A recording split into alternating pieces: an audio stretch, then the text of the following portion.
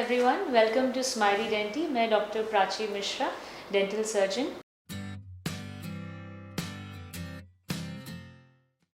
हम लोग पिछले कुछ एपिसोड से बात कर रहे थे oral health and gastro health के बारे में कि कैसे दोनों रिलेटेड हैं।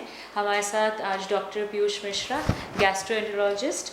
आप लोगों के कुछ व्यूअर्स के कुछ क्वेश्चंस और हैं डॉक्टर पीयूष।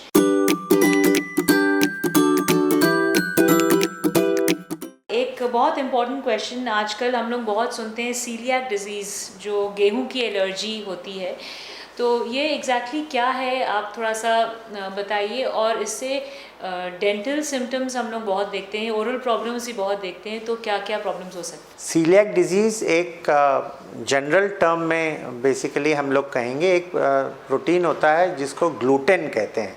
तो ग्लूटेन सेंसिटिविटी जो है वो सीलियाक डिजीज़ है। हम लोगों के लिए रिलेवेंट इसलिए है कि हम लोग गेहूं को कंज्यूम करते हैं, तो ग्लूटेन जो है वो एक बहुत ही कंपलसरी कंपोनेंट है गेहूं का। तो बेसिकली जो गेहूं, राई और बार्ली, ये जो तीन हमारे यहाँ स्टेपल फूड की कैटेगरी है, उसकी एलर्जी इज़ सीलियाक डिजीज़। अब ओरोडेंटल हेल्थ में ये कहाँ पे हमें इफ़ेक्ट करती है, प्रेजेंट करती है?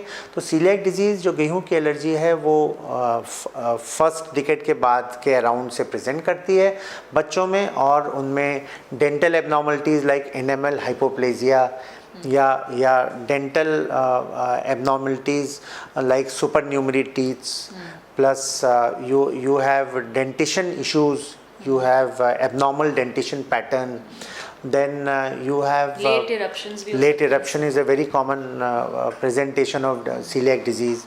Apart from that, you have all manifestations of celiac anemia related presentation, जो कि हम लोगों ने अभी 2-3 एपिसोड्स में बात की है।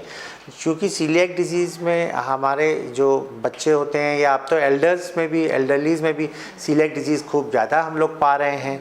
तो it presents with mall absorption syndrome. जो हमारी स्मॉल इंटेस्टाइन है उसकी जो कवरिंग लेयर है वो पूरी इन्फ्लेम होके पूरी एट्रोफीड हो जाती है। तो उसके चलते हमारी multiple vitamin deficiencies, iron deficiencies, ये सब की तरह प्रेजेंट करता है।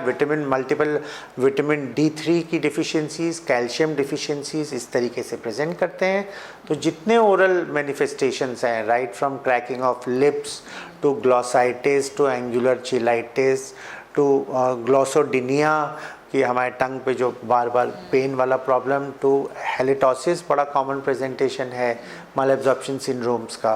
तो ये पूरा spectrum, Plummer Vinson syndrome, iron deficiency. तो ये ज़रूरी नहीं है कि ये बचपन से ही हो किसी को, ये किसी पर्टिकुलर एज में भी शुरू हो सकता है। किसी भी पर्सन को अगर अनीमिया है और आयरन डिफिशिएंसी डॉक्यूमेंट होती है, तो अब हम लोग सीलियाक डिजीज़ मतलब गेहूं की एलर्जी का टेस्ट जरूर कराते हैं।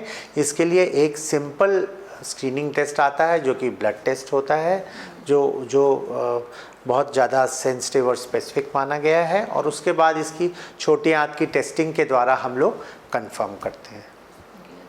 बहुत ही इम्पोर्टेंट इन्फॉर्मेशन थी ये। एक और क्वेश्चन है कि बहुत सारे सिंड्रोम्स हम लोग सुनते हैं जो dental problems and gastric problems के साथ मैनिफेस्ट करते हैं। ऐसे कुछ सिम्टम्स के बारे में आप बता सकते हैं?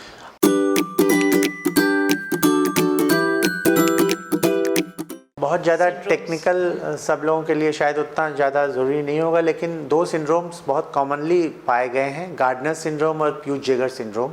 इनमें बेसिकली लोगों को बहुत दिनों से लूज मोशंस का प्रेजेंटेशन होता है, और ये बेसिकली पॉलीपॉस सिंड्रोम्स हैं। इसमें इंटेस्टाइन के वेरियस सेगमेंट्स में, स्मॉल इंटेस्टाइन और लार्ज इंटेस्टाइन में बहुत स्मॉल पॉलिप्स होते हैं। ये एडनोमेटस पॉलिप्स होते हैं और ये प्री कैंसरस होते हैं।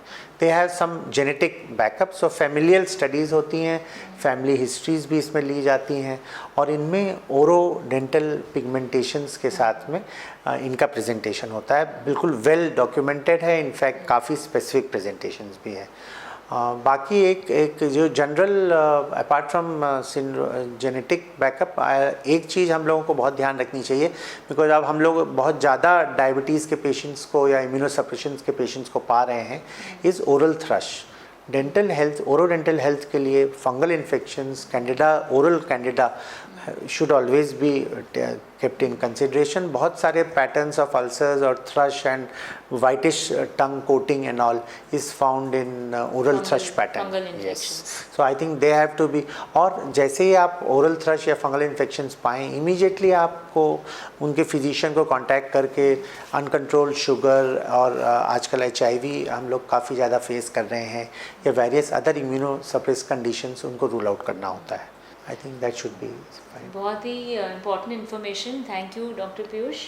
आई होप आप लोगों को ये इन्फॉर्मेशन अच्छी लगी हो. प्लीज़ सब्सक्राइब करें और देखते रहें स्माइली डेंटल. Thank you.